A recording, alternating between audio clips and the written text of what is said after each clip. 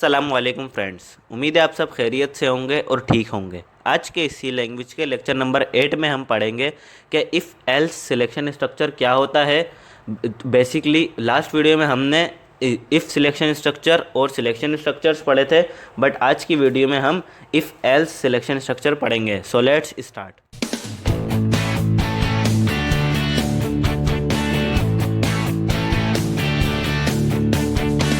सबसे पहले हम ये जानते हैं कि इफ़ एल्स सिलेक्शन स्ट्रक्चर होता क्या है। If else selection structure contains only two condition. If condition is true, then the block of statement following if will be executed, and if it's false, then the block of statement following else will be executed. मतलब क्या कि if else selection structure जो होता है इसके पास ये contain करता है दो कंडीशंस। जो इफ़ सिलेक्शन स्ट्रक्चर था उसके पास सिंगल कंडीशन होती है, लेकिन इसके इफ़ एल्स के पास दो कंडीशंस होती हैं, एक इफ़ की कंडीशन और एक एल्स की कंडीशन। इसके पास दो कंडीशंस होती हैं। जब हम प्रोग्राम रन करते हैं तो इफ़ कंडीशन जो है वो इवेल्यूएट होती है, और जब कंडीशन इवेल्यूएट होती है तो अगर इफ़ कंडीशन ट्रू होती है तो हमारे पास जो ब्लॉक ऑफ स्टेटमेंट इफ़ का जो ब्लॉक ऑफ स्टेटमेंट होता है वो रन हो जाता है, और अगर कंडीशन फॉल्स हो जाती है तो एल्स के अंदर जो ब्लॉक ऑफ स्टेटमेंट होता है एल्स का वो प्रिंट हो जाता है। अब हम इसका पहले सिंटैक्स भी देख लेते हैं। ये सिंटैक्स क्या है, इफ़ के साथ कंडीशन आ गई इफ़ की, उसके बाद ब्लॉक ऑफ स्टेटमेंट्स, उसके बाद एल्स लिखेंगे हम, फिर एल्स की ब्लॉक ऑफ स्टेटमेंट। अगर कंडीशन ट्रू हो गई तो हमारे पास इफ़ की ब्लॉक ऑफ स्टेटमेंट प्रिंट होंगी।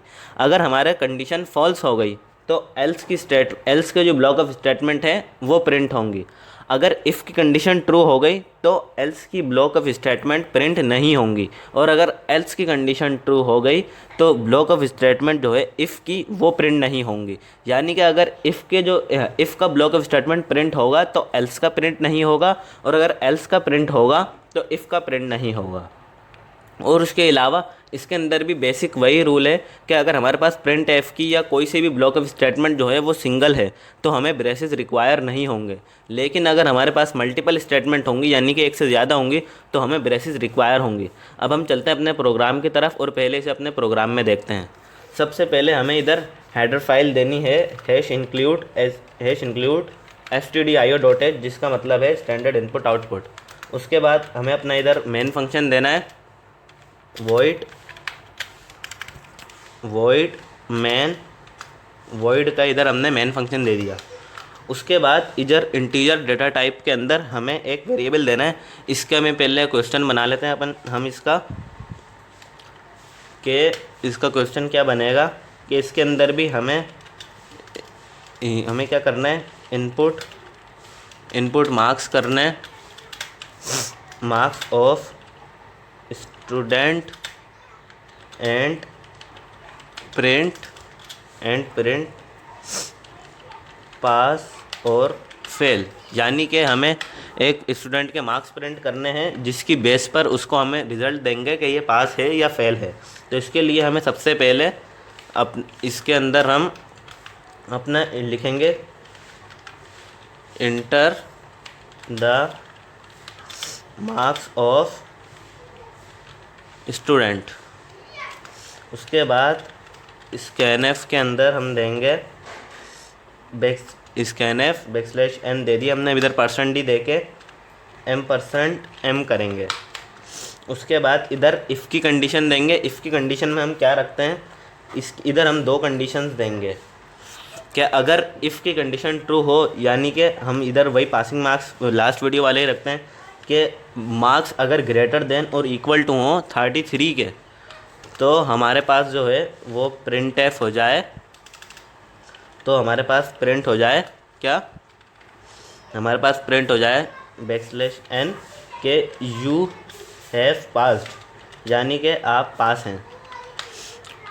और अगर हमारी जो कंडीशन एल्स यानी कि इसके अलावा अगर ये कंडीशन फॉल्स हो जाए तो हमारे पास क्या प्रिंट हो, तो हमारे पास प्रिंट हो जाए कि यू है, या यू फेल्ड कर देते हैं, यू फेल्ड,